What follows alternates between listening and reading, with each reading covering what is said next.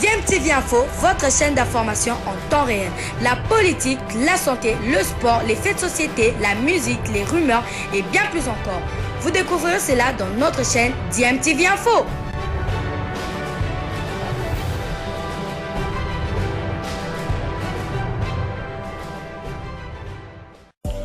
Vous êtes sur DMTV, bonjour ou bonsoir, tout dépend de l'heure à laquelle vous nous suivez. Tout plaisir est pour nous de vous retrouver, mais surtout de savoir que vous êtes nombreux en train de suivre votre chaîne YouTube DMTV. DMTV qui vous propose l'actualité, vous propose également des analyses et des réflexions sur des sujets d'actualité, sur des faits sociaux, tout simplement sur des réalités que nous observons ici chez nous en République démocratique du Congo. La prolongation du contrat de Sébastien Desabre n'a jamais été approuvée par le gouvernement congolais. C'est le nouveau ministre des Sports et Loisirs qui l'a déclaré hier sur Top Congo FM. Didier Boudimbo, qui a trouvé ce dossier sur sa table, indique que le ministre des Sports et Loisirs sortant, celui des Finances et du Budget du gouvernement Sama, n'avait pas encore apposé leur signature. Le patron des sports en RDC promet de suivre ce dossier de près pour savoir ce qui bloquait. Nous allons écouter Didier Boudimbo, un extrait de son intervention dans l'émission Le Débat.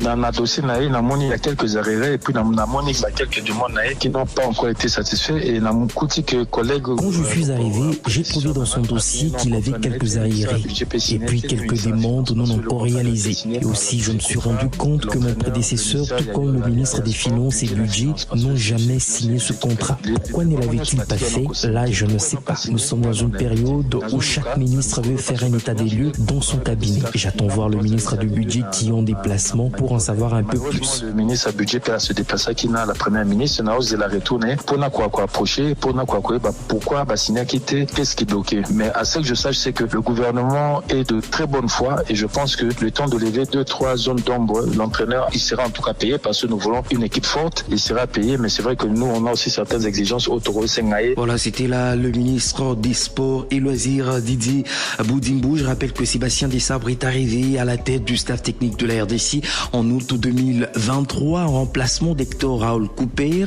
Son contrat a été prolongé de 5 ans il y a quelques semaines jusqu'en 2029.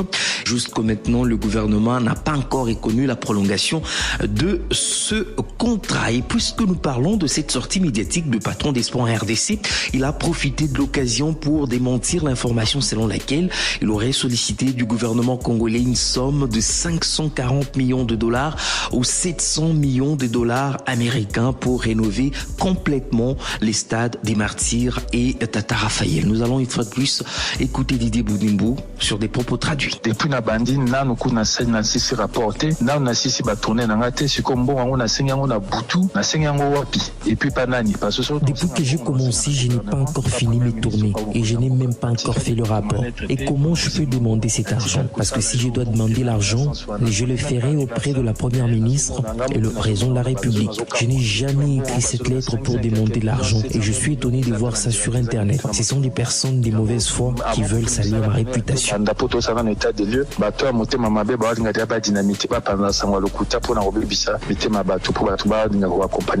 Voilà, c'était là Didier Boudimbo, ministre des Sports et Loisirs, puisque nous parlons du dossier stade à l'issue de sa visite dans les deux grandes enceintes sportives de Kinshasa, Stade des Martyrs et Stade Tata Raphaël et les stades municipaux. Il avait donc émis le vœu de lancer un appel d'offres afin d'obtenir une expertise adéquate. Football toujours, le grand ménage se poursuit au sein de l'ASV Club de Kinshasa. Encore un départ officialisé par le club vert et noir de la capitale, celui de Joïssa Mampeko, le capitaine de cette formation, a été libéré quelques mois après son retour au sein du club. Issama, je rappelle, a atteint le sommet de son art avec le tout-puissant Mazembe avant de rentrer au sein de Veil Club en début de saison 2023-2024, saison au cours de laquelle il a remporté la 58e édition de la Coupe du Congo. Lui qui est surnommé Adjo, il a une histoire avec cette formation des clubs puisqu'il avait rejoint cette formation en 2011 après son passage chez Lumière de Mbandaka et des Sampé de Kinshasa. Et avec les clubs entre 2011 et 2013, Issam avait donc disputé 115 rencontres avant de rallier l'Angola au sein du club de Kabush Corp. V-Club libère, V-Club recrute, V-Club a déjà officialisé au moins 10 arrivées, tous des joueurs étrangers. Parmi eux, un latéral droit burundais qui a donc une histoire avec la République démocratique du Congo. Je m'appelle Ndaye Chancel, footballeur international burundais. Je viens du Burundi, mais j'avais déjà joué aux États-Unis et en Europe. Ce qui m'a poussé, j'avais parlé avec le président Amadou Diaby et le coach m'avait parlé du projet. J'ai été intéressé parce que c'était un bon projet. Et Vita, c'est un grand club et je suis content d'être ici et d'aider le club d'arriver le plus loin possible. Mon père, il est fan de l'équipe nationale congolaise et ma mère, elle est Kassaïenne. Mon père m'a donné le nom de Ndaye parce qu'il était fan de Ndaye.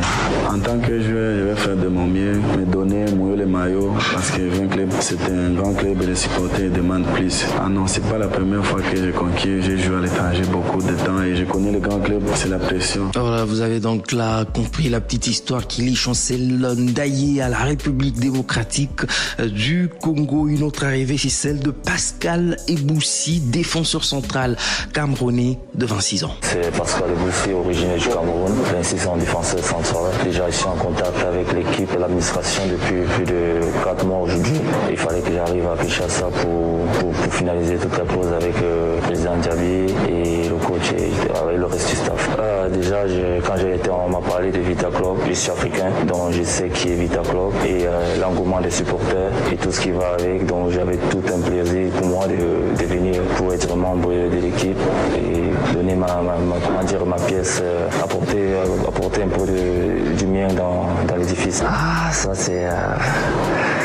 c'est pas relevé maintenant, mais je vais donner le meilleur de moi pour, comme j'ai dit, apporter un plus pour que le groupe grandisse ensemble et que nous puissions arriver à l'objectif qu'on veut atteindre. Pascal Eboussi, défenseur central, nouvelle recrue de l'AS des clubs de Kinshasa. Il a été formé à l'académie sportive Gilles Augustin au Cameroun avant de partir aux États-Unis. Il a également joué en Grèce et dans d'autres pays. Ce journal des sports se poursuit. Championnat national féminin, la phase des playoffs se poursuit à Lubumbashi.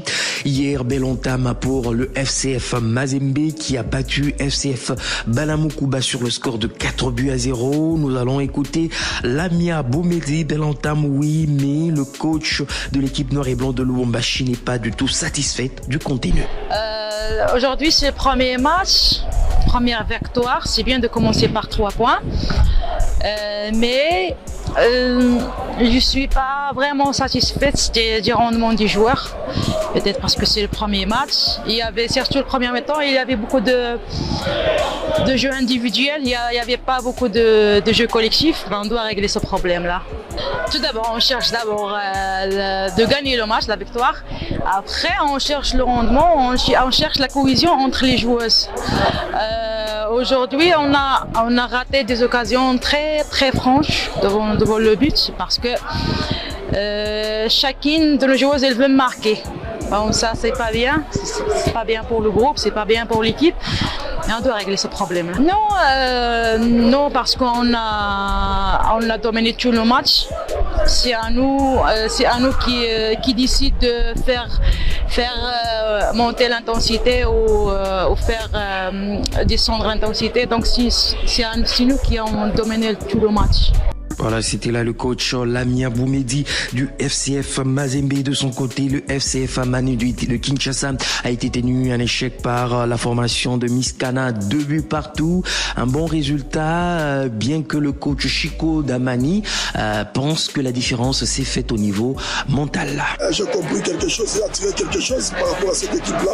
C'est la première journée, on a embrassé le terrain et que demain ça rien mieux. Alors sur le plan mental, rien que sur le plan mental. En plus, il y a quelques bobos à côté de l'arbitrage, mais non, ça ne concerne vraiment pas. Donc on va essayer d'échanger avec les enfants, de mettre les enfants dans l'air marmite. Jusqu'à là, il y a beaucoup de joueurs qui n'ont pas encore joué ici, donc je crois que c'est la toute première fois. Vu l'état du terrain, c'est pas mal, mais on a accueilli quelque chose de bien. Voilà, c'était là le coach Chico de la formation d'Amani. Dans les autres rencontres, FCF Fato Sepila a été battu par Bikira de Kinshasa 6 buts à 0, 5 buts à 2 pour Bouiremana devant l'AS Kabashi. C'était visiblement très serré dans cette rencontre entre le FCF Amani et le Football Academy Moussichana. Les jeunes académiciennes étaient les premières à ouvrir le score dans ce match.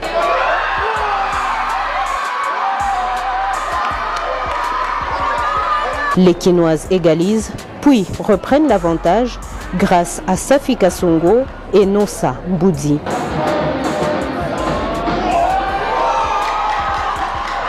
Le match semblait être plié car Moussichana sombrait déjà. Mais c'est dans les dernières minutes que va surgir Ornella Makutantambwe pour rattraper le score. Tel un revenant, Moussichana ressuscite.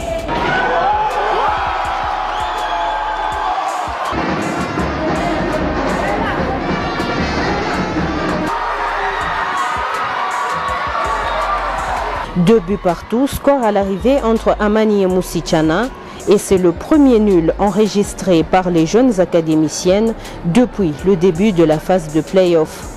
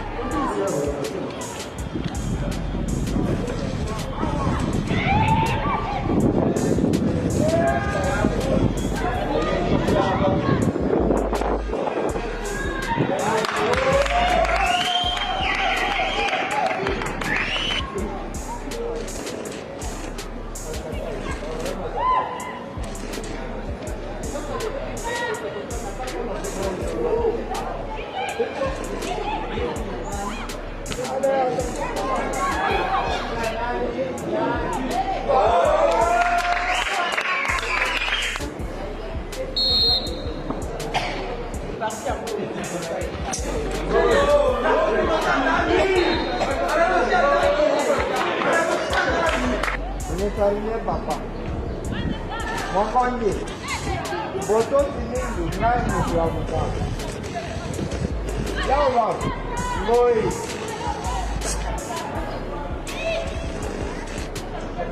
Indoli.